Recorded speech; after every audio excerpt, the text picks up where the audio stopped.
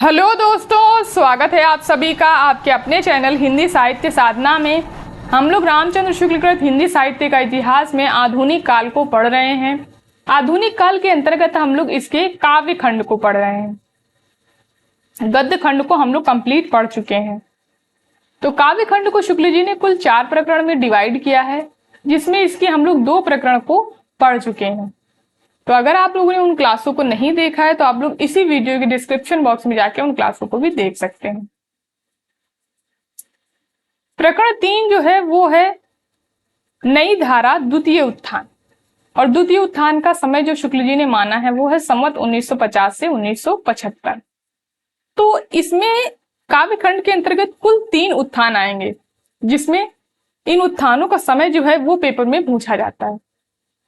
तो आप लोग याद रखेंगे, प्रथम उत्थान का समय था 1925 से 1950, द्वितीय उत्थान का समय है 1950 से 1975 और तृतीय उत्थान का समय 1975 से अब तक। तो ये चीज आप लोग याद रखेंगे इनका समय। अब प्रकरण 3 के अंतर्गत हम लोग पढ़ने वाले हैं पंडित श्रीधर पाठक की कथा की सार्वभौम मार्मिकता, ग्राम गीतों की मार्मिकता, प्रकृत स्वच्छंदतावाद का स्वरूप, हिंदी काव्य में स्वच्छंदतावाद की प्रवृत्ति का आभास कब हुआ, इसमें अवरोध, इस अवरोध की प्रतिक्रिया क्या हुई, और द्विवेदी मंडल के कवि श्रीधर पाठक, हरिऔध, महावीर प्रसाद द्विवेदी। तो इन चीजों को हम लोग प्रकरण 3 के अंतर्गत देखेंगे। तो चलिए पढ़ना स्टार्ट करते हैं इसको। पंडित श्रीधर पाठक के एकांतवासी योगी का उल्लेख खड़ी बोली की कविता के आरंभ के प्रसंग में प्रथम उत्थान के अंतर्गत हो चुका है। तो यानी कि जब हम लोगों ने खड़ी बोली कविता का आरंभ जब पढ़ा था तो वहां पर श्रीधर पाठक के बारे में हम लोग पढ़ चुके हैं और उनकी रचना एकांतवासी योगी के बारे में भी पढ़ चुके हैं। उसकी सीधी सादी खड़ी बोली और जनता के बीच प्रचलित लय ही ध्यान देने योग्य नहीं है, किंतु उसकी कथा की सार्वभौम मार्मिकता भी ध्यान देने योग्य है।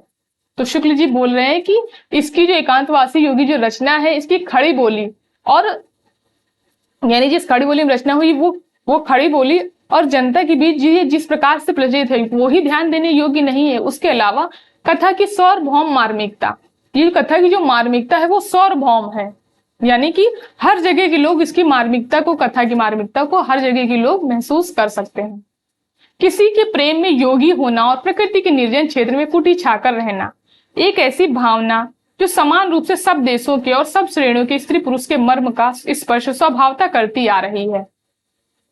अब यहाँ पर इसकी जो कहानी है उसके बारे में यहाँ बताया गया कि इसमें एक योगी है, किसी के प्रेम में योगी हो जाना और प्रकृति के निर्जन क्षेत्र में जहां पर कोई भी नहीं रहता वहां पर कुटी छा करके रहना, ये एक ऐसी भावना जो सब देशों के स्त्री पुरुषों में जो है स्त्री पुरुषों के मर्म को छू सकती है।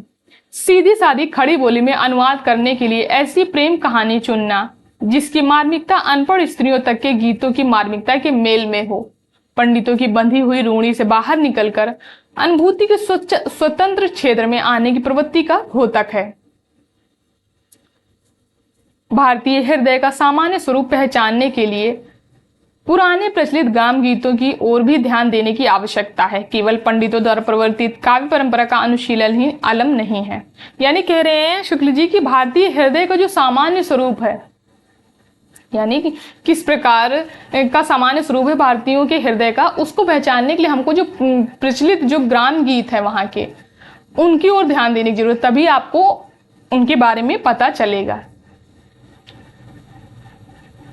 केवल पंडितों द्वारा जो प्रवर्तित काव्य परंपरा है उन्हीं के अनुशीलन से ये चीजें नहीं पता चलेंगी, आपको वहां के ग्राम गीत भी ध्यान देना पड़ेगा, उनकी ओर भी।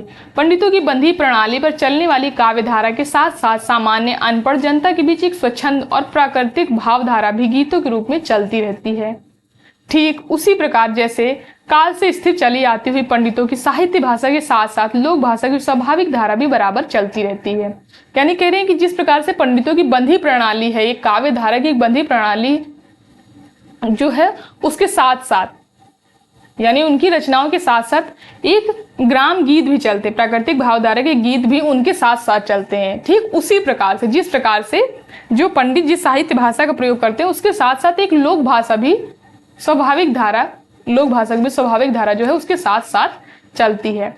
जब पंडितों की काव्य भाषा स्थिर होकर उत्तरोत्तर आगे बढ़ती हुई लोक भाषा से दूर पड़ जाती है और जनता के हृदय पर प्रभाव डालने की उसकी शक्ति क्षीण होने लगती है, तब शिष्ट समुदाय लोक भाषा का सहारा लेकर अपनी काव्य परंपरा में नया जीवन डालता है। यानी कह रहे हैं जब पंडितों की काव्य भाषा जो है वो जनता के हृदय पर प्रभाव नहीं डालने लगती है, यानी उनकी जो रचनाएं हैं, जिस काव्य भाषा में वो रचनाएं कर रहे हैं, वो रचनाएं जनता के हृदय में प्रभाव नहीं डालने लगती, तब जो क्या होता है, शिष्ट समुदाय जो है वो लोक भाषा में रचनाएं करने लगता है और इससे क्या होता है, काव्य में नया जीवन आने लगता है। काव्य परंपरा में प्रकृति के पुराने रूपों से लदी अपभ्रंश जब लद्दड़ होने लगी, तब शिष्ट काव्य प्रचलित देसी भाषाओं में शक्ति प्राप्त करके ही आगे बढ़ सका। यानी जब पुराने समय में अपभ्रंश में जब रचनाएं हो रही थी, तो जब वो भाषा लद्दड़ होने लगी, लोगों के समझ में नहीं आने लगी, तब क्या किया गया, तब प्रचलित वहाँ की जो देसी भाषाओं थी उनमें रचनाएं होने लगी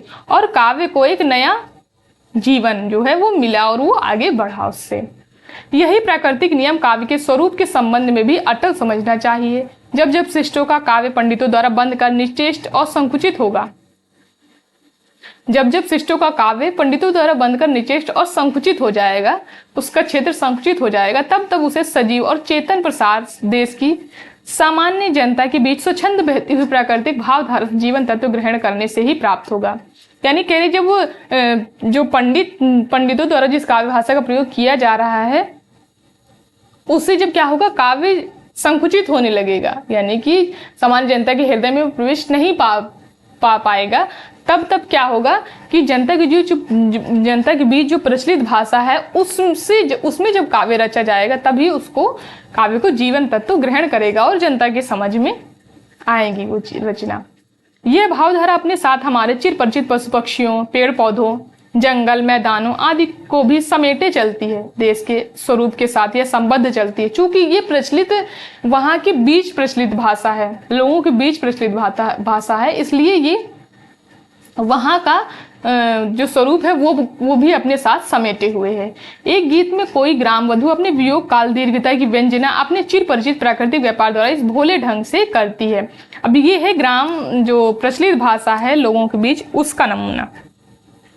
तो ग्राम वधु किस ढंग से कर रही है, जो नीम का प्यारा पौधा प्रिय से द्वार पर लगा गया, प्रिय हाथ से द्वार पर लगा गया, वह बड़ा होकर फूला और उसके फूल झड़ भी गए पर प्रिय ना आया। यानी यहाँ पर वो समय बता रही कितना समय हो गया। तो ये है प्रचलित भाषा में जो रचनाएं हो रही थी उसका एक नमूना कि इस तरीके से होती हैं। इस भावधारा की अभिव्यंजन प्रणालियां वही होती हैं जिन पर जनता का हृदय इस जीवन में अपने भाव स्वभाव डालता आता है। हमारी भाव प्रवर्तनी शक्ति का असली भंडार इसी स्वाभाविक भावधारा के भीतर निहित समझना चाहिए। तो शुक्ल जी कह रहे हैं हमारी भाव प्रवर्तनी जो शक्ति है उसका असली भंडार जो है वो इसी भावधारा यानी जो सामान्य प्रचलित भाषा है उसी के बीच समझना चाहिए।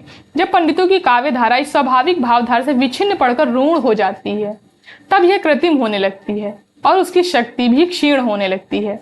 ऐसी परिस्थिति में इसी भावधारा की ओर दृष्टि ले जाने की आवश्यकता होती है। दृष्टि ले जाने का अभिप्राय है उस स्वाभाविक भावधारा के ढलाव की नाना अंतर्भूमियों को परख कर शिष्ट काव्य के स्वरूप का पुनर्विधान करना। यह पुनर्विधान सामंजस्य के रूप में हो, अंतर प्रक्रिया के रूप में नहीं, जो विपरीतता की हद तक जा पहुंचती है। इस प्रकार के परिवर्तन को ही अनुभूति की सच्ची नैसर्गिक स्वच्छंदता, ट्रू रोमांटिसिज्म कहना चाहिए, क्योंकि वह मूल प्राकृतिक आधार पर होता है। नैसर्गिक स्वच्छंदता यानी कि मौलिक स्वच्छंदता, प्राकृतिक स्वच्छंदता कहते हैं इसको।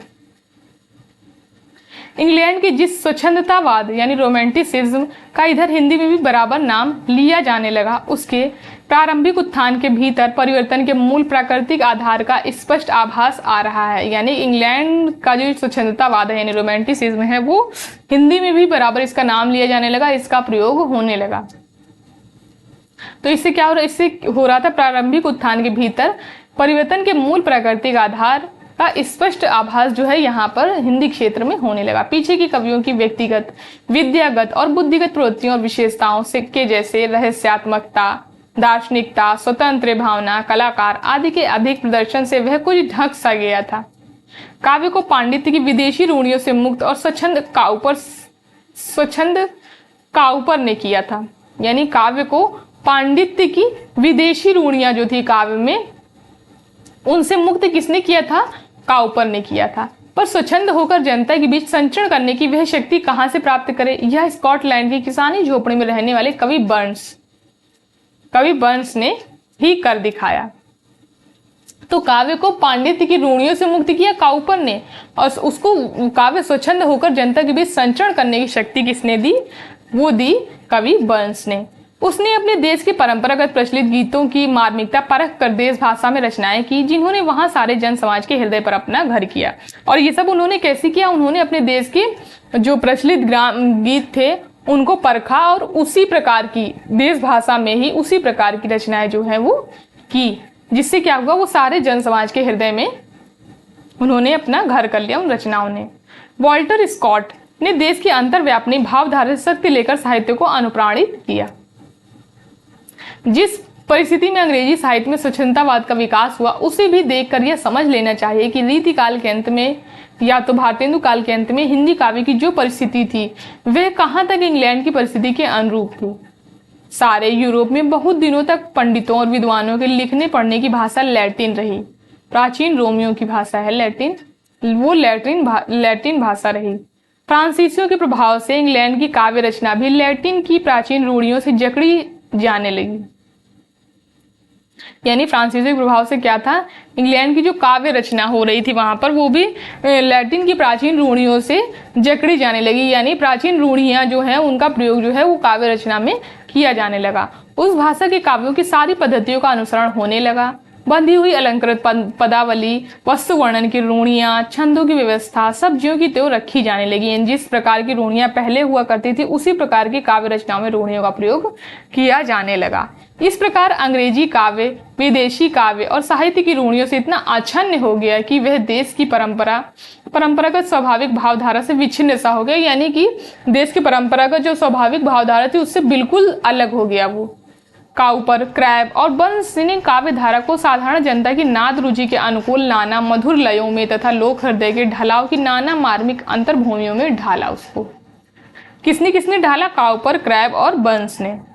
अंग्रेजी साहित्य के भीतर काव्य का यह स्वच्छंद रूप पूर्व रूप से बहुत अलग दिखाई पड़ा। तो इन लोगों ने इन जो प्राचीन रूढ़ियां थी उनको हटा करके जनता के हिसाब से रचनाएं, जो वहां पर प्रचलित भावधारा थी उसके हिसाब से रचनाएं की, जो कि पूर्व प्रचलित रूप से बहुत ज्यादा अलग हो गया। यह बात यह थी कि लैटिन, जिसके साहित्य का निर्माण बहुत कुछ यूनानी ढांचे पर हुआ था, इंग्लैंड के लिए दूर देश की भाषा थी। अतः उसका साहित्य भी वहां के निवासियों के अपने चिर परिचित संस्कार और भाव व्यंजना पद्धति से दूर पड़ता था। पर हमारे साहित्य में रीतिकाल की जो रूढ़ियां हैं वे किसी और देश की नहीं, उनका विकास इसी देश के साहित्य के भीतर संस्कृत में हुआ है। तो ये तो शुक्ल जी ने बात की विदेशों की। अब यहाँ की बात कर रहे हैं तो कह रहे हैं कि लेकिन ये तो विदेशों की बात हुई, लेकिन हमारे साहित्य में यानी हिंदी में जो रीतिकाल की जो रूढ़ियां हैं वो किसी बाहर देश की नहीं है। जैसे कि क्या यहाँ पर बात करी जा रही है कि लैटिन भाषा का रूप आ गया था, उसमें रोमियो की भाषा जो लैटिन थी उसमें काव्य रचना की जाने लगी थी और उसकी रूढ़ियां जो है काव्य को, प्राचीन रूढ़ियों ने काव्य को जकड़ लिया था। तो कहीं ना कहीं इन पर फ्रांसीसियों का प्रभाव था उस रचना में। लेकिन अपने यहाँ जो हिंदी में जो रचनाएं हुई वो उसमें ऐसा नहीं है कुछ भी। जो रीतिकाल के भीतर जो रूढ़ियां थी काव्य में वो किसी और देश की नहीं थी, उस पर किसी बाहरी देश का प्रभाव नहीं था, वो थी इसी देश की। उनका विकास इसी देश के साहित्य में हुआ था। और किसमें हुआ था? संस्कृत में हुआ था। वो उन्हीं रूढ़ियों का प्रयोग जो है वो रीतिकाल में कवियों ने किया। संस्कृत काव्य और उसी के अनुकरण पर रचित प्राकृत अपभ्रंश काव्य भी हमारा ही पुराना काव्य है, पर पंडितों और विद्वानों द्वारा रूप ग्रहण करते रहने और कुछ बंद जाने के कारण जनसाधारण की भावमयी वाग्धारा से कुछ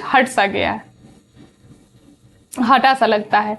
पर एक ही जाति के बीच आविर्भूत होने के कारण दोनों में कोई मौलिक पार्थक्य नहीं है। अतः हमारे वर्तमान काव्य क्षेत्र में यदि अनुभूति की स्वच्छंदता की धारा प्रकट पद्धति पर अर्थात परंपरा से चले आते हुए मौखिक गीतों के मर्म स्थल से शक्ति लेकर चलने पाती तो वह अपनी काव्य परंपरा होती, अधिक सजीव और स्वच्छंद की हुई। रीतिकाल के भीतर हम दिखा चुके हैं कि किस प्रकार रसों और अलंकारों के उदाहरणों के रूप में रचना होने से और कुछ छंदों की परिपाटी बंद जाने से हिंदी कविता जकड़ सी उठी थी।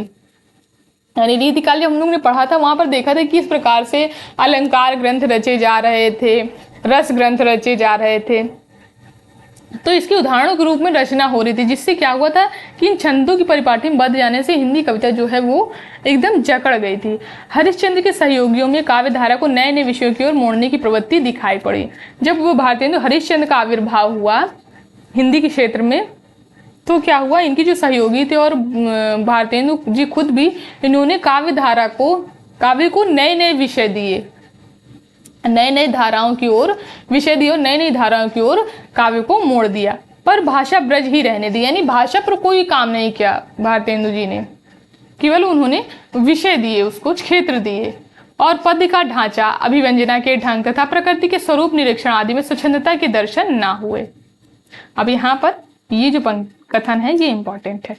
इस प्रकार की स्वच्छंदता का आभास पहल श्रीधर पाठक ने ही दिया था। अब कह रहे हैं शुक्ल जी की इस प्रकार की जो स्वच्छंदता है इसका आभास श्रीधर पाठक ने पहल दिया था। उन्होंने प्रकृति के रूढ़िबद्ध रूपों तक ही न रहकर अपनी आंखों से भी उसके रूपों को देखा। गुणवंत हेमंत, ये जो है श्रीधर पाठक की रचना है, में भी गांव में उपजने वाली मूली, मटर ऐसी वस्तुओं को भी प्रेम से सामने लाएं जो परंपरागत वस्तु वर्णनों, ऋतु वर्णनों के भीतर नहीं दिखाई पड़ती थी। तो जो पहले जो ऋतु वर्णन होते थे उनमें इस तरीके की जो चीजें हैं उनको नहीं दिखाया जाता था, इनको श्रीधर पाठक ही अपनी रचनाओं के द्वारा लाए हैं। इसके लिए उन्हें पंडित माधव प्रसाद मिश्र की बौछार भी सहनी पड़ी थी, यानी इन्होंने शायद इनका विरोध भी किया होगा। उन्होंने खड़ी बोली पद्य के लिए सुंदर लय और चढ़ाव उतार के कई नए ढांचे भी निकाले और इस बात का ध्यान रखा कि छंदों का सुंदर लय से पढ़ना एक बात है, राग रागनी गाना दूसरी बात। ख्याल या लावनी को लय पर जैसे एकांतवासी योगी लिखा गया, वैसे ही सुधरे साइयों के सदुकड़ी ढंग पर जगत सच्चाई सार, जिसमें कहा गया है कि जगत है सच्चा, तनिक न कच्चा, समझो बच्चा। ये किसमें कहा गया? जगत सच्चाई सार में कहा गया है। इसका भेद है स्वर्गीय वीणा,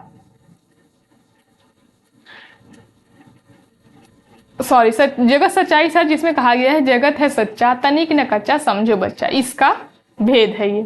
स्वर्गीय वीणा में उन्होंने उस परोक्ष दिव्य संगीत की ओर रहस्यपूर्ण संकेत किया जिसके ताल सुर पर यह सारा विश्व नाच रहा है। इन सब बातों का विचार करने पर श्रीधर पाठक ही सच्चे स्वच्छंदतावाद यानी रोमांटिसिज्म के प्रवर्तक ठहरते हैं। तो रोमांटिसिज्म का प्रवर्तक जो है वो शुक्ल जी ने किसको माना है? पंडित श्रीधर पाठक को माना है। तो ये चीज आप लोग याद रखेंगे, ये पेपर में पूछा जा सकता है प्रश्न। खेद है कि सच्ची और स्वाभाविक स्वच्छंदता का यह मार्ग हमारे काव्य क्षेत्र के भीतर चल न पाया। बात यह है कि उस समय पिछले संस्कृत काव्य के संस्कारों के साथ पंडित महावीर प्रसाद द्विवेदी हिंदी साहित्य क्षेत्र में आए, जिनका प्रभाव गद्य साहित्य और काव्य निर्माण दोनों पर बहुत व्यापक पड़ा। हिंदी में परंपरा से व्यवहृत छंदों के स्थान पर संस्कृत वृत्तों का चलन हुआ, जिसके कारण संस्कृत पदावली का समावेश बढ़ने लगा। क्योंकि संस्कृत वृत्तों का चलन हो गया, इसलिए संस्कृत पदावली का जो है समावेश काव्य में बढ़ने लगा। भक्तिकाल और रीतिकाल की परिपाटी के स्थान पर पिछले संस्कृत साहित्य की पद्धति की ओर लोगों का ध्यान बटा। द्विवेदी जी सरस्वती पत्रिका द्वारा बराबर कविता में बोलचाल की सीधी सादी भाषा का आग्रह करते रहे, यानी कि संस्कृत वृत्तों का चलन होने लगा, जिससे क्या हुआ, संस्कृत पदावली का अधिक समावेश होने लगा काव्य में। लेकिन तब भी द्विवेदी जी जब सरस्वती पत्रिका के संपादन के लिए आए तो उन्होंने बराबर अपनी कविता में बोलचाल की सीधी सादी भाषा का प्रयोग करने का आग्रह करते रहे वो बराबर, जिससे इतिवृत्तात्मक यानी मैटर ऑफ फैक्ट पद्यों की खड़ी बोली में ढेर लगने लगा। यह तो हुई द्वितीय उत्थान के भीतर की बात। आगे चलकर तृतीय उत्थान में उक्त परिस्थिति के कारण जो प्रतिक्रिया उत्पन्न हुई वह भी स्वाभाविक स्वच्छंदता की ओर न बढ़ने पाई। बीच में ही रविंद्र बाबू की गीतांजलि की धूम उठ जाने के कारण नवीनता प्रदर्शन के इच्छुक नए कवियों में से कुछ तो बंग भाषा की रहस्यात्मक कविताओं की रूपरेखा लाने लगे, यानी उसी ढंग पर बंग भाषा में जिस प्रकार से रहस्यात्मक कविताएं की जा रही थी उसी ढंग पर कविताएं करने लगे।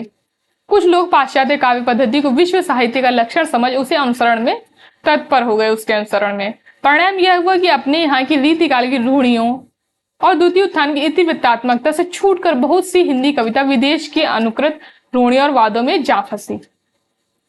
इन्हें गिने नए कवि स्वच्छंदवाद की मार्मिकता और स्वाभाविक पद पर चले, यानी इस तरीके की रचनाएं जो है वो होने लगी थी।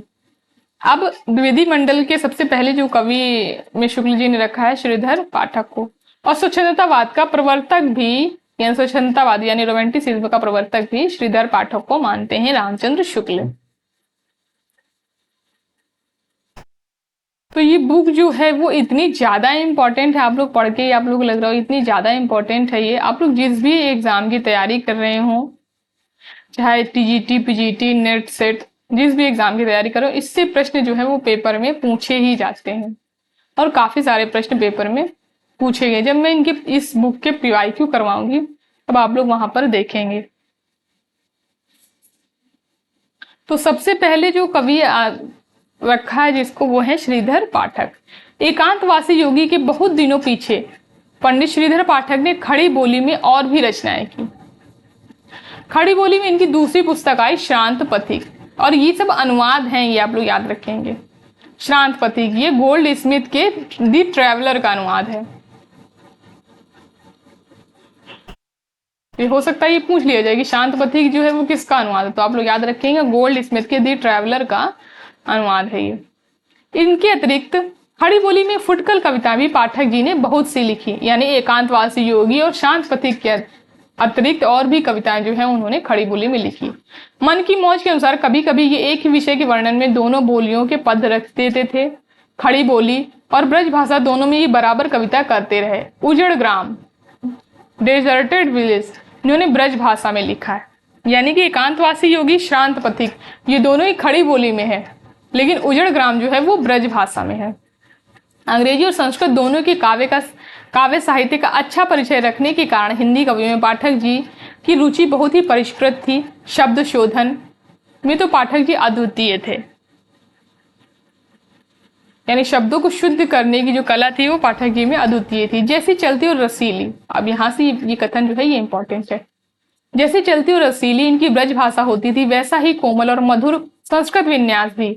ये वास्तव में बड़े प्रतिभाशाली, भावुक और सुरुचि संपन्न कवि थे। भद्दापन इनमें ना था, ना रूप में, ना रंग में, ना भाषा में, ना भाव में, ना चाल में, ना भाषण में, किसी चीज में भद्दापन नहीं था। अब ये कथन देखिए आपसे पूछा जा सकता है कि किसके संबंध में शुक्ल जी ने बोला है, तो आप लोग याद रखेंगे श्रीधर पाठक के संबंध में बोला है। इनकी प्रतिभा बराबर रचना के नए नए मार्ग भी निकाला करती थी। छंद, पद विन्यास, वाक्य विन्यास आदि के संबंध में नई नई बंदिशें इन्हें खूब सूझा करती थी। अपनी रुचि के अनुसार कई नए ढांचे के छंद इन्होंने निकाले जो पढ़ने में बहुत ही मधुर लय पर चलते थे। यह छंद देखिए यहाँ पर, ये नाना कृपान निज पानी लिए, वपु नील वसन परिधान किए, गंभीर घोर अभिमान हिए, छगी परिजात मधु पान किए। और यहाँ पर सांदे आटन का ये छंद दिया हुआ है। बिजन वन प्रांत या प्रकृति मुख शांत था, अटन का समय था, रजनी का उदय था, प्रसव के काल की लालिमा में लसा, बाल शशि व्योम की ओर था आ रहा। तो इनमें ये पंक्तियां देके पूछा जाता है कि किसकी पंक्तियां हैं पेपर में, तो पंक्तियों को भी आप लोग थोड़ा याद रखेंगे। और फिर ये इनकी कविता स्वर्गीय वीणा की पंक्तियां हैं। कहीं पे स्वर्गीय ओ कोई बाला सुमुंजु वीणा बजा रही है, सुरों के संगीत किसी कैसी सुरीली गुंजार आ रही है। यह कायाएं है कि खड़ी बोली की पहली पुस्तक एकांतवासी योगी इन्होंने लावनी या ख्याल के ढंग पर लिखी थी। अब यहाँ पर शुक्ल जी बोल रहे हैं कि एक तो स्वच्छंदतावाद के प्रवर्तक जो है वो पंडित श्रीधर पाठक है, उसके अलावा इन्होंने बोला खड़ी बोली की पहली पुस्तक एकांतवासी योगी को कहा है। एकांतवासी योगी जो किस ढंग पर रची गई है, तो लावनी या ख्याल के ढंग पर लिखी गई है, ये भी यहाँ पर बता रहे हैं। पीछे खड़ी बोली की को हिंदी के प्रचलित छंदों में ले आए हैं। शांत पथिक की रचना इन्होंने रोला छंद में की है। इसके आगे भी ये बढ़े और यह दिखा दिया कि सवैयों में भी खड़ी बोली कैसी मधुरता के साथ ढल सकती है। इस भारत में वन पावन तू ही तपस्वियों का तप आश्रय था, जग तत्व की खोज में लग्न जहां ऋषियों ने अभग्न किया श्रम था। तो ये सवैयों में रचित है। पाठक जी कविता के लिए हर एक विषय ले लेते थे, यानी कोई भी विषय वो उठा लेते थे कविता के लिए। समाज सुधार के भी बड़े ही आकांक्षी थे। इससे विधवाओं की वेदना, शिक्षा प्रसार ऐसे विषय भी उनकी कलम के नीचे आया करते थे। विषयों को काव्य का पूरा पूरा स्वरूप देने में वे चाहे सफल ना हुए हों, अभिव्यंजना के वाग वैचित्र्य की ओर उनका ध्यान चाहे ना रहा हो, गंभीर नूतन विचारधारा चाहे उनकी कविताओं के भीतर कम मिलती हो, पर उनकी वाणी में कुछ ऐसा प्रसाद था, जो बात उसके द्वारा प्रकट की जाती थी उसमें सरसता आ ही जाती थी। यानी उनकी वाणी में कुछ ऐसा चमत्कार था कि उनके द्वारा जो बात प्रकट की जाती थी उसमें सरसता आप से आप आ जाती थी। अपने समय की कवियों में प्रकृति का वर्णन पाठक जी ने सबसे अधिक किया। इसमें हिंदी प्रेमियों में वे प्रकृति के उपासक कहे जाते थे। ये भी इंपॉर्टेंट कथन है। पर जहां यह कह देना आवश्यक है कि उनकी यह उपासना प्रकृति के उन्हीं रूपों तक परिमित थी जो मनुष्य को सुखदायक और आनंदप्रद होते हैं, या जो भव्य और सुंदर होते हैं। प्रकृति के सीधे साधे नित्य आंखों के सामने आने वाले देश के परंपरागत जीवन से संबंध रखने वाले दृश्यों की मधुरता की ओर उनकी दृष्टि कम रहती। पंडित श्रीधर, अब यहाँ पर इनका जन्म और मृत्यु दी हुई है, जो कि बहुत इंपॉर्टेंट है, याद रखेंगे आप लोग। इनका जन्म हुआ था संवत 1916 में और मृत्यु हुई थी संवत 1985 में। अब दूसरे कवि आते हैं पंडित अयोध्या सिंह उपाध्याय हरिऔध। इनको आप लोग इनका बहुत ध्यान से पढ़ेंगे इसको, क्योंकि प्रिय प्रवास जो है वो नेट के सिलेबस में लगा हुआ है, तो इससे प्रश्न पेपर में आ सकते हैं, तो इसको बहुत ध्यान से पढ़ने की जरूरत है। भारतेंदु जी के पीछे द्वितीय उत्थान के पहले ही हिंदी के लब्ध प्रतिष्ठित कवि पंडित अयोध्या सिंह उपाध्याय हरिऔध ने नए विषयों की ओर चल पड़े। खड़ी बोली के लिए उन्होंने पहले उर्दू के छंदों और ठेठ बोली को ही उपयुक्त समझा, क्योंकि उर्दू के छंदों में खड़ी बोली अच्छी तरह मन चुकी थी, यानी उसमें रचनाएं हो रही थी, तो इसलिए वो अच्छी तरह मन चुकी थी उर्दू के छंदों में। संवत 1957 के पहले ही वे बहुत सी फुटकल रचनाएं इस उर्दू के ढंग पर कर चुके थे। नागरी प्रचारणी सभा के गृह प्रवेशोत्सव के समय संवत 1957 में उन्होंने जो कविता पढ़ी थी उसकी ये चरण मुझे अब तक याद है, और ये बहुत इंपॉर्टेंट पंक्तियां हैं, पेपर में पूछी भी जा चुकी हैं, और ये पूछा गया था कि किसकी पंक्तियां हैं, तो आप लोग याद रखेंगे। 4 डग हमने भरे तो क्या किया, है पड़ा मैदान कोसों का अभी, मौलवी ऐसा ना होगा एक भी, खूब उर्दू जो ना होवे जानता।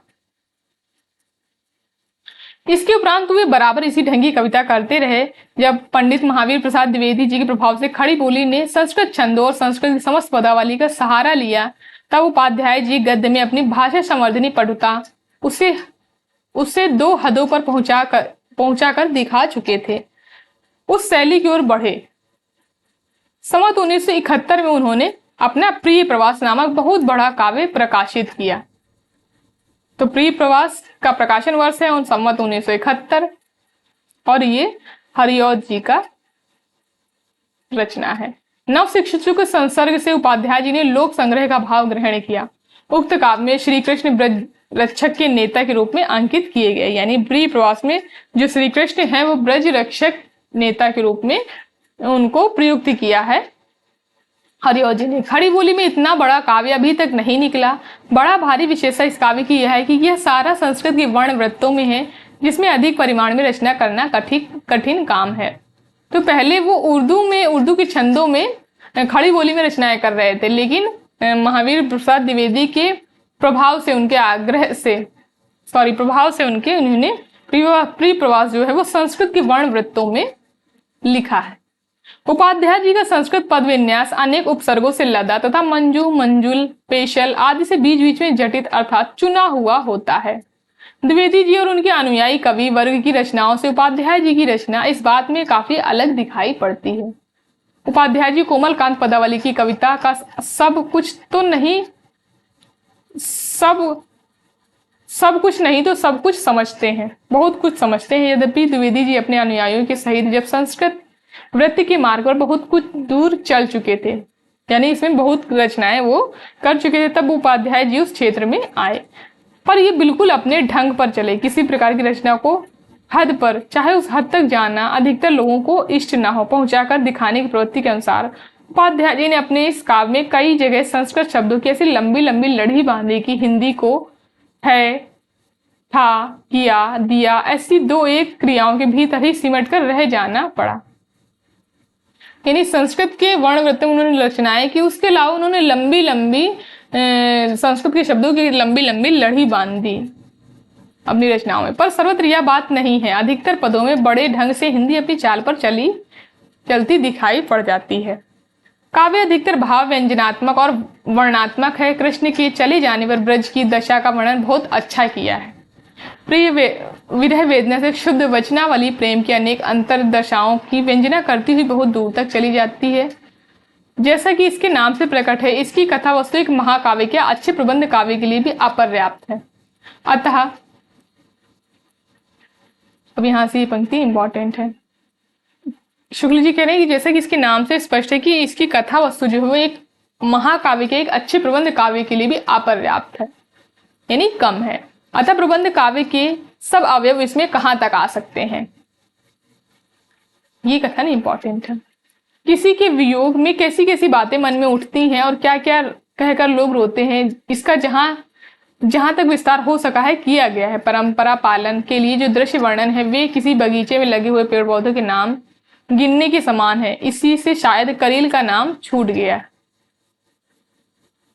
अब यहाँ पर ये पंक्ति जो है ये इंपॉर्टेंट है। धीरे धीरे दिन गत हुआ, पद्मिनी नाथ डूबे, आई दोषा फिर गत हुआ, दूसरा वार आया। इस काव्य के उपरांत उपाध्याय जी का ध्यान फिर बोलचाल की ओर गया। इस बार उन्होंने मुहावरों पर अधिक जोर रहा। इस बार उनका जो जोर था वो मुहावरों पर अधिक रहा। बोलचाल की भाषा में अनेक फुटकल विषयों पर उन्होंने कविताएं रची। यानी कि पहले खड़ी बोली में उर्दू छंदों का प्रयोग करके रचनाएं कर रहे थे उपाध्याय जी। सबसे पहले उन्होंने खड़ी बोली में उर्दू छंदों का प्रयोग करके रचनाएं कर रहे थे। फिर उन्होंने संस्कृत भाषा में या संस्कृत वर्णवृत्तों को लेकर रचना करना स्टार्ट किया और प्रिय प्रवास की रचना की। उसके बाद में बोलचाल की भाषा में रचनाएं करने लगे, जिनकी प्रत्येक पंक्ति में कोई ना कोई मुहावरा अवश्य खपाया। ऐसी कविताओं का संग्रह चोखे चौपदे संवत 1981 में निकला। तो ये कविताओं का संग्रह यानी काव्य संग्रह है चोखे चौपदे और इसका प्रकाशन वर्ष संवत 1981। पद प्रसून 1982 में भाषा दोनों प्रकार की है, बोलचाल की भी और साहित्यिक भी। तो इन दोनों की भाषा कैसी है, बोलचाल की और साहित्यिक भी, दोनों तरीके की भाषा है। मुहावरों के नमूने के लिए चोखे चौपदे का एक पद यहाँ पर दिया जाता है और ये पद कई बार पेपर में पूछा जा चुका है कि किसका है, और यह हो सकता है पूछ लिया जाए कि किस रचना का पद है ये। तो ये चीज आप लोग याद रखेंगे, चोखे चौपदे का पद है। क्यों पले पीस कर किसी को तू है बहुत पालसी बुरी तेरी, हम रहे चाहते पटाना ही पेट तुझसे पटी नहीं मेरी। तो अयोध्या सिंह उपाध्याय हरिऔध की ये पंक्तियां हैं और उनके रचना चोखे चौपदे की है। भाषा के दोनों नमूने ऊपर हैं, यही द्विकलात्मक कला उपाध्याय जी की बड़ी विशेषता है। इसमें शब्द भंडार पर इनका विस्तृत अधिकार प्रकट होता है। इनका एक और बड़ा काव्य है वैदेही वनवास, इसको भी आप लोग याद रखेंगे। तो प्रिय प्रवास, चोखे चौपदे, पद प्रसून और वैदेही वनवास, इन तीन रचनाओं का उल्लेख जो है वो शुक्ल जी ने किया है, जिसे ये बहुत दिनों से लिखते चले आ रहे थे, अब छप रहा है। तीसरे कवि हैं पंडित महावीर प्रसाद द्विवेदी। इस द्वितीय उत्थान के आरंभ काल में हम पंडित महावीर प्रसाद द्विवेदी जी को पद रचना की एक प्रणाली के प्रवर्तक के रूप में पाते हैं। गद्य पर जो शुभ प्रभाव द्विवेदी जी का पड़ा उसका उल्लेख गद्य के प्रकरण में हो चुका है, यानी हम लोग पढ़ चुके हैं इसको। खड़ी बोली के पद विधान पर भी पूरा असर पड़ा। पहली बात तो यह हुई कि उनके कारण भाषा में बहुत कुछ सफाई आई। बहुत से कवियों की भाषा शिथिल और अव्यवस्थित होती थी और बहुत से लोग ब्रज और अवधि आदि का मेल भी कर देते थे। अपनी रचनाओं में ब्रज और अवधि का मेल करके रचनाएं कर देते थे। सरस्वती के संपादन काल में उनकी प्रेरणा से बहुत नए लोग खड़ी बोली में कविता करने लगे। उनकी भेजी हुई कविताओं की भाषा आदि दुरुस्त करके भी कवि सरस्वती ने दे दिया करते थे। यानी कि बहुत सारे लोगों की भाषा जो है द्विवेदी जी ने शुद्ध की और जो सरस्वती में कविताएं आती थी उनको वो शुद्ध करके सरस्वती में छपने के लिए देते थे। इस प्रकार के लगातार संशोधन से धीरे धीरे बहुत से कवियों की भाषा साफ हो गई। उन्हीं नमूनों पर और लोगों ने भी अपना सुधार किया। यह तो हुई भाषा परिष्कार की बात, यानी भाषा परिष्कार तो किया है द्विवेदी जी ने। अब उन्होंने पद रचना की जो प्रणाली स्थिर की उनके संबंध में कुछ विचार कर लेना चाहिए। द्विवेदी जी की कुछ दिनों तक बंबई की ओर रहे, जहां मराठी कविता में अधिकतर संस्कृत के वृत्तों का व्यवहार होता था। यानी संस्कृत के व्रत जो है वो लिए जाते थे मराठी कविता में। पद विन्यास भी प्रायः गद्य का सा रहता था। भाषा बंग भाषा की सी कोमल कांत पदावली उसमें नहीं पाई जाती थी। इसी मराठी के नमूने पर द्विवेदी जी ने हिंदी में पद रचना शुरू की। पहले तो उन्होंने ब्रज भाषा का ही अवलंबन किया। नागरी बचाणी पत्रिका में प्रकाशित नागरी तेरी यह दशा और रघुवंश का कुछ अंश लेकर अयोध्या का विलाप नाम की उनकी कविताएं संस्कृत वृत्ति में ब्रज भाषा में ही लिखी गई। तो नागरी तेरी यह दशा ये कविता जो है वो पंडित महावीर प्रसाद द्विवेदी की है और अयोध्या विलाप ये भी महावीर प्रसाद द्विवेदी की कविताएं हैं। तो ये हैं संस्कृत वृत्तों में ब्रज भाषा में लिखी गई हैं।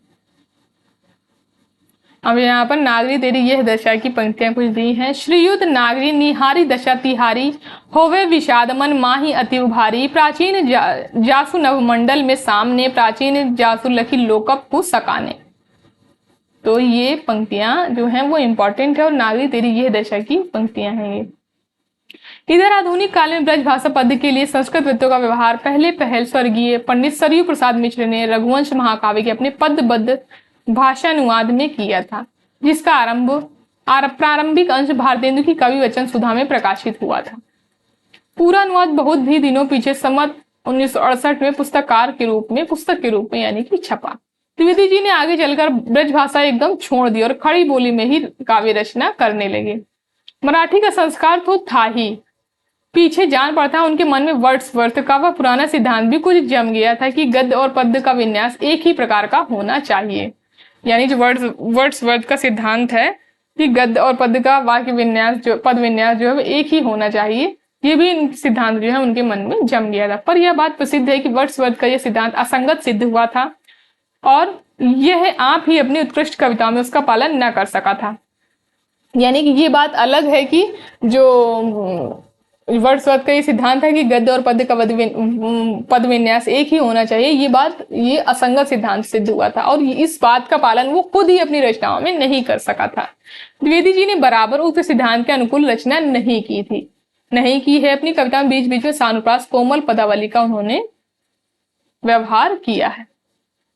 पर उनका जोर बराबर इस बात पर रहता था कि कविता बोलचाल की भाषा में होनी चाहिए। बोलचाल से उनका मतलब ठेठ या हिंदुस्तानी का नहीं रहता था, गद्य की व्यवहारिक भाषा का रहता था। परिणाम यह हुआ कि उनकी भाषा बहुत अधिक गद्यवत हो गई। पर जैसा कि गोस्वामी तुलसीदास ने कहा है कि गिरा अर्थ जल बीच सम कहियत भिन्न न भिन्न। भाषा से विचार अलग नहीं रह सकता।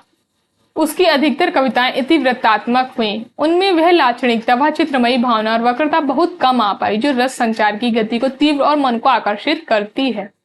यथा, सर्वथा, तथैव ऐसे शब्दों के प्रयोग ने उनकी भाषा को और भी अधिक गद्य का स्वरूप दे दिया। यद्यपि उन्होंने संस्कृत वृत्तों का व्यवहार अधिक किया है, पर हिंदी के कुछ चलते छंदों में उन्होंने बहुत सी कविताएं रची जिनमें संस्कृत शब्दों का प्रयोग भी कम है। अपना कुमार संभव उन्होंने इसी ढंग पर लिखा है। कुमार संभव का यह अनुवाद बहुत ही उत्तम हुआ है। इसमें मूल भाव लाने के प्रयास में भाषा में प्राय जटिलता आ जाया करती है, पर इसमें यह बात भी जरा भी नहीं है। ऐसा साफ सुथरा दूसरा अनुवाद जो मैंने देखा है वो है पंडित केशव प्रसाद मिश्र का मेघदूत है। द्विवेदी जी की रचनाओं के नमूने हम आगे बढ़ते हैं। आरोग्य युक्त बल युक्त सुपुष्ट गात ऐसा जहां युवक एक न दृष्टि आता। ये वाली पंक्ति इंपॉर्टेंट है। इंद्रासन के इच्छुक किसने करके अपना अतिशय तब अतिशय भारी की उत्पन्न असूया तुझमें मुझसे कहो कथा सारी। द्विवेदी जी की कविताओं का संग्रह काव्य मंजूषा नाम की पुस्तक में हुआ है। इनकी कविताओं का संग्रह काव्य मंजूषा के नाम से किया गया है। उनकी कविताओं का दूसरा संग्रह सुमन है, यानी कि कविताओं का संग्रह जो है वो काव्य मंजूषा और सुमन के नाम से किया गया है। दो संग्रह हैं उनकी कविताओं के, काव्य मंजूषा और सुमन। द्विवेदी जी के प्रभाव और प्रोत्साहन से हिंदी के कई अच्छे कवि निकले, जिनमें बाबू मैथिली शरण गुप्त, पंडित रामचरित उपाध्याय और पंडित लोचन प्रसाद पांडे मुख्य हैं। फिर चौथे कवि आते हैं बाबू मैथिली शरण गुप्त। इनको भी ध्यान से पढ़ेंगे आप लोग, क्योंकि इनकी जो रचना है भारत भारती वो सिलेबस में लगी हुई है। सरस्वती का संपादन द्विवेदी जी के हाथ में आने के प्राय 3 वर्ष पीछे यानी संवत 1963 से बाबू मैथिली शरण गुप्त की खड़ी बोली की कविताएं उक्त पत्रिका में निकलने लगी थी।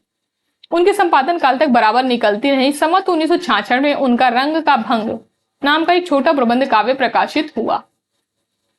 तो रंग में भंग जो है काव्य का प्रकाशन वर्ष है 1966 और ये एक प्रबंध काव्य है जिसकी रचना चित्तौड़ और बूंदी के राजघरानों से संबंध रखने वाली राजपुतानी आन की कथा को लेकर के हुई थी। तब से गुप्त जी का ध्यान प्रबंध काव्य की ओर बराबर रहा और वे बीच में छोटे या बड़े प्रबंध काव्य लिखते रहे। गुप्त जी की ओर पहले हिंदी प्रेमियों का सबसे अधिक ध्यान खींचने वाली उनकी भारत भारती निकली। इसमें मुदस्ससे हाली के ढंग पर भारतीयों की या हिंदुओं की भूत और वर्तमान दशाओं की विषमता दिखाई गई है, भविष्य निरूपण का प्रयत्न नहीं है।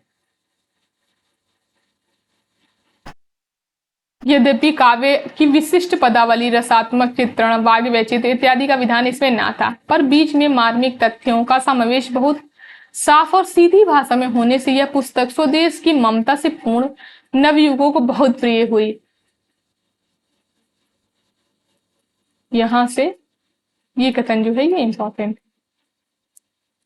प्रस्तुत विषय को काव्य का पूर्ण स्वरूप ना दे सकने पर इसने हिंदी कविता के लिए खड़ी बोली की उपयुक्तता अच्छी तरह सिद्ध कर दी। इसी ढंग पर इन्होंने बहुत पीछे हिंदू लिखा, केशव की कथा, स्वर्ग सहोदर इत्यादि बहुत सी फुटकर रचनाएं इनकी सरस्वती में निकली जो मंगल घट में संग्रहित है। मंगल घट संग्रह में ये संग्रहित है केशव की कथा और स्वर्ग सहोदर।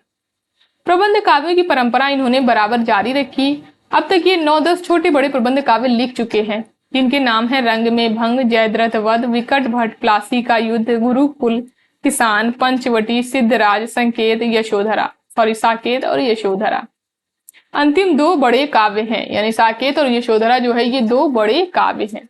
विकट भट्ट में जोधपुर के एक राजपूत सरदार की 3 पीढ़ियों तक चलने वाली बात की टेक की अद्भुत पराक्रमपूर्ण कथा है, यानी विकट भट्ट में ये कथा है।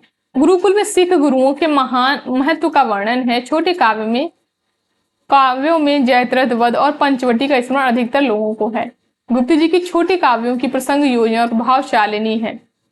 काव्यों की जो प्रसंग योजना भी प्रभावशालिनी है और भाषा भी बहुत साफ सुथरी है। वैताली की रचना उस समय हुई जब गुप्त जी की प्रवृत्ति खड़ी बोली में गीत काव्य प्रस्तुत करने की भी हो गई थी। यद्यपि गुप्त जी जगत और जीवन के व्यक्ति क्षेत्र में ही महत्व और सौंदर्य का दर्शन करने वाले तथा अपने राम को लोक के बीच अधिष्ठित करने वाले कवि हैं, पर तृतीय उत्थान में छायावाद के नाम से रहस्यात्मक कविताओं का कलरव से इन्होंने भी कुछ रहस्यवादियों के स्वर गाए जो झंकार में संग्रहित हैं। यानी रहस्यवादी कविता होते देव छायावाद में इन्होंने भी कुछ रहस्यवादी कविताओं की रचना की जो कि झंकार जो इनका संग्रह है उसमें संकलित है। पर असीम की प्रति उत्कंठा और लंबी चौड़ी वेदना का विचित्र प्रदर्शन गुप्त जी के अंतः प्रेरित प्रवृत्ति के अंतर्गत काव्य का एक मार्ग चलता देखिए उधर भी जा पड़े। साकेत और यशोधरा इनके 2 बड़े प्रबंध हैं। दोनों में उनका काव्य का तो पूरा विकास दिखाई पड़ता है, प्रबंध तत्व की कमी है। यानी काव्यत्व का तो पूरा विकास दिखाई देता है लेकिन प्रबंध तत्व की कमी है। बात यह है कि इसकी रचना उस समय हुई जब गुप्त जी की प्रवृत्ति गीत काव्य नए ढंगी प्रगीत मुक्तकों या लिरिक्स की ओर हो चुकी थी। साकेत की रचना तो मुख्यतः इस उद्देश्य से हुई थी। अब यहाँ पर ये इंपॉर्टेंट है। साकेत की रचना मुख्यतः इस उद्देश्य से हुई कि उर्मिला काव्य की उपेक्षिता ना रह जाए। पूरे 2 सर्ग 9 और 10 उसके वियोग वर्णन में खप गए। तो साकेत जो है इसका 9वां सर्ग सिलेबस में लगा हुआ है, इसलिए इनको इस कथन को आप लोग याद रखेंगे। तो पूरे 2 सर्गों में उन्होंने उर्मिला के वियोग वर्णन को किया है 2 सर्ग में। और कौन से सर्ग में वियोग वर्णन रखा है उर्मिला का? 9 और 10वें सर्ग में वियोग वर्णन रखा है। इस वियोग वर्णन के भीतर कवि ने पुरानी पद्धति के अलंकारिक चमत्कारपूर्ण पद तथा आजकल की नई रंगत की वेदना लाक्षणिक वैचित्र वाले गीत दोनों रखे हैं। काव्य का नाम साकेत रखा है, जिसका तात्पर्य यह है कि इसमें अयोध्या में होने वाली घटनाओं और परिस्थितियों का ही वर्णन प्रधान है। राम के अभिषेक की तैयारी से लेकर चित्रकूट में राम भरत मिलन की कथा 8 सर्गों तक चलती है और 9-10 में उर्मिला की वियोग वर्णन किया है। उसके उपरांत 2 सर्गों तक उर्मिला की वियोग अवस्था की नाना अंतर्वृत्तियों का विस्तार है, जिसके बीच बीच बीच भी अत्यंत उच्च भावों की व्यंजना है। सूरदास की गोपियां वियोग में कहती हैं कि मधुमन तुम कत रहत हरे, विरह वियोग श्याम सुंदर के काहे ना उखटी पड़े। तो सूरदास की गोपियां ऐसी कहती हैं, पर उर्मिला क्या कहती है? रह चिर दिन तू हरी भरी, बढ़ सुख से बढ़ सृष्टि सुंदरी। प्रेम के शुभ प्रभाव से उर्मिला के हृदय की उदारता का भी और भी प्रसार हो गया है। ये पंक्तियां इंपॉर्टेंट है। वियोग की दशा में प्रिय लक्ष्मण के गौरव की भावना उसे संभाले हुए है। उन्माद की अवस्था में जब लक्ष्मण उसके सामने खड़े जान पड़ते हैं, तब उस भावना को गहरा आघात पहुंचता है और व्याकुल होकर वो कहने लगती है, प्रभु नहीं फिरे क्या, तुम ही फिरे, हम गिरे अहो तो गिरे गिरे। दंड कारण्य से लेकर लंका तक की घटनाएं शत्रुघ्न के मुंह से मांडवी और भरत के सामने पूरी रसात्मकता के साथ वर्णन कराई गई हैं। रामायण के भिन्न भिन्न पात्रों की परंपरा से प्रतिष्ठित स्वरूपों का विकृत न करके उनके भीतर ही आधुनिक आंदोलन की भावनाएं, जैसे किसानों और श्रमजीवियों के साथ सहानुभूति, युद्ध प्रथा की मीमांसा, राज व्यवस्था में प्रजा का अधिकार और सत्याग्रह, मनुष्यत्व कौशल के साथ झलकाई गई हैं। यानी शत्रुघ्न के मुंह से इन घटनाओं का वर्णन जो है वो करवाया गया है। अब और इन सारी जो विषयों को भी उठाया गया है। इसमें किसी पौराणिक या ऐतिहासिक पात्र की परंपरा से प्रतिष्ठित स्वरूप को मनमाने ढंग पर विकृत करना हम भारी अनाड़ीपन समझते हैं। यशोधरा की रचना नाटकीय ढंग पर है। उसमें भगवान बुद्ध के चरित्र से संबंध रखने वाले पात्रों के उच्च और सुंदर भावों की व्यंजना और परस्पर कथोपकथन है, जिसमें कहीं कहीं गद्य भी है। भाव व्यंजना प्रायः गीतों में है। तो इसमें इनकी जो रचनाएं हैं उनकी विषय भी शुक्ल जी बताते हुए चल रहे हैं, तो इनके विषय आप लोग याद रखेंगे। विषय भी पेपर में देकर के पूछे गए हैं कभी कभी। द्वापर में यशोधरा, राधा, नारद, कंस, कुब्जा इत्यादि कुछ विशिष्ट व्यक्तियों की मनोवृत्तियों का अलग अलग मार्मिक चित्रण है। नारद और कंस की मनोवृत्तियों के स्वरूप तो बहुत ही विशद और समन्वित रूप में सामने रखे गए हैं।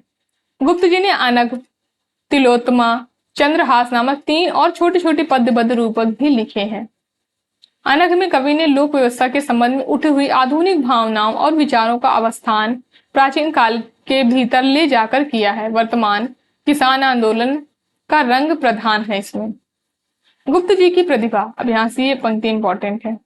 गुप्त जी की प्रतिभा की सबसे बड़ी विशेषता है कालानुसरण की क्षमता, यानी समय के हिसाब से चलने की क्षमता, अर्थात उत्तरोत्तर बदलती हुई भावनाओं, काव्य प्रणालियों को ग्रहण करते चलने की शक्ति। इस दृष्टि से हिंदी भाषी जनता के प्रतिनिधि कवि ये निसंदेह कहे जा सकते हैं। तो हिंदी भाषी जनता की प्रतिनिधि कवि किसने कहा है गुप्त जी को, मैथिली शरण गुप्त को? तो रामचंद्र शुक्ल ने कहा है। भारतेंदु के समय में स्वदेश प्रेम की भावना जिस रूप में चली आ रही थी, उसका विकास भारत भारती में मिलता है। इधर के राजनीतिक आंदोलन ने जो रूप धारण किया, उसका पूरा आभास पिछली रचनाओं में मिलता है। सत्याग्रह, अहिंसा, मनुष्यत्ववाद, विश्व प्रेम, किसानों और श्रमजीवियों के प्रति प्रेम और सम्मान, सबकी झलक हम भारत भारती में पाते हैं। गुप्त जी की रचनाओं के भीतर 3 अवस्थाएं लक्षित होती हैं। प्रथम अवस्था भाषा की सफाई है। अब 3 अवस्थाएं कौन कौन सी लक्षित होती हैं उसके बारे में यहाँ पर बताया गया है। प्रथम व्यवस्था जो है उसमें भाषा की सफाई, जिसमें खड़ी बोली की पद्यों की मिश्रण बंध रचना हमारे सामने आती है। सरस्वती में प्रकाशित अधिकांश कविताएं तथा भारत भारती इस अवस्था की रचना के उदाहरण हैं। यानी भाषा की सफाई की जो बात कर रहे हैं शुक्ल जी, तो उसमें कह रहे हैं कि भारत भारती और सरस्वती प्रकाशित इनकी कुछ कविताएं जो है इसके उदाहरण हैं। ये रचनाएं काव्य प्रेमियों को कुछ गद्यवत, रूखी और इतिवृत्तात्मक लगती थी। इनमें सरस और कोमल पदावली की कमी भी खटकती थी। बात यह है कि खड़ी बोली के परिमार्जन का काल था। ये जो काल था जिस समय ये रचनाएं कर रहे थे, उसमें ये खड़ी बोली के परिमार्जन का काल था। इसके अनंतर गुप्त जी ने बंग भाषा की कविताओं का अनुशीलन तथा मधुसूदन दत्त रचित ब्रजांगना, मेघनादवध आदि का भी अनुवाद किया है। इससे इनकी पदावली में बहुत कुछ सरसता और कोमलता आई है। यद्यपि कुछ उबड़ खाबड़ और अव्यवस्थित संस्कृत शब्दों की ठोकरें कहीं कहीं विशेषकर छोटे छोटे छंदों में चरणता अब भी लगती हैं। भारत भारती और वैतालिक के बीच की रचना इस दूसरे अवस्था के उदाहरण में ली जा सकती हैं। इसके उपरांत छायावाद कही जाने वाली कविताओं का चलन होता है।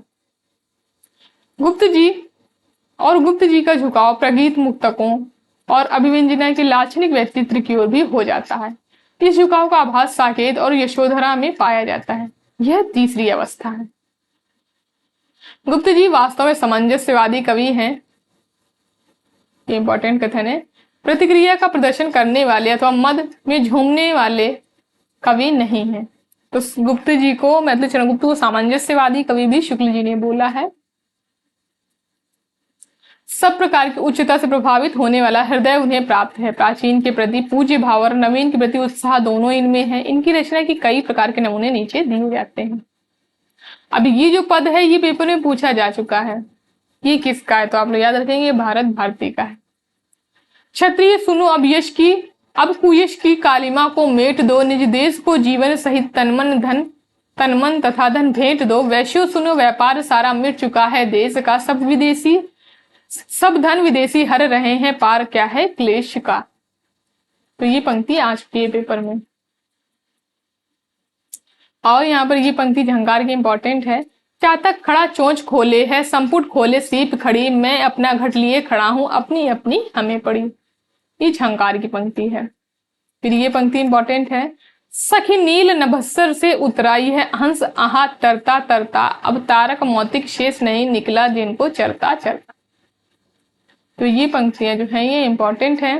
बाकी आप लोग ये बुक आप लोग मेरे टेलीग्राम चैनल हिंदी साहित्य साधना में मिल जाएगी, वहां पर जाकर आप लोग उसको पूरा पढ़ सकते हैं। मैं यहाँ पर इंपॉर्टेंट जो पंक्तियां हैं वो बता देती हूँ। तो ये पंक्ति इंपॉर्टेंट है। वेदने तू भी भली बनी, पाई मैंने आज तुझे में अपनी चाह घनी। फिर ये पंक्ति इंपॉर्टेंट है। सखी निरख नदी की धारा, ढलमल ढलमल चंचल अंचल, झलमल झलमल तारा, निर्मल जल अंतस्थल भर के, उछल उछल कर छल छल करके, थल थल तर के, कल कल धर के, बिखराती है पारा। सजनी रोता है मेरा गान, प्रिय तक नहीं पहुंच पाती उसकी कोई तान। तो ये साकेत के पद हैं। तो आज की क्लास में हम लोग यहीं तक पढ़ेंगे। बाकी आगे की जो कवि बचे हैं उसको हम लोग अगली क्लास में कंप्लीट करेंगे। इस बुक को आप लोग मेरे टेलीग्राम चैनल हिंदी साहित्य साधना पर जाकर पढ़ सकते हैं। वहां पर आपको ये बुक मिल जाएगी। आप लोग कमेंट करके जरूर बताइएगा आप लोगों को ये क्लास कैसी लगी। धन्यवाद दोस्तों इस क्लास को लास्ट तक देखने के लिए। क्लास पसंद आई हो तो लाइक करिए, शेयर करिए एंड हमारे चैनल को सब्सक्राइब करिए।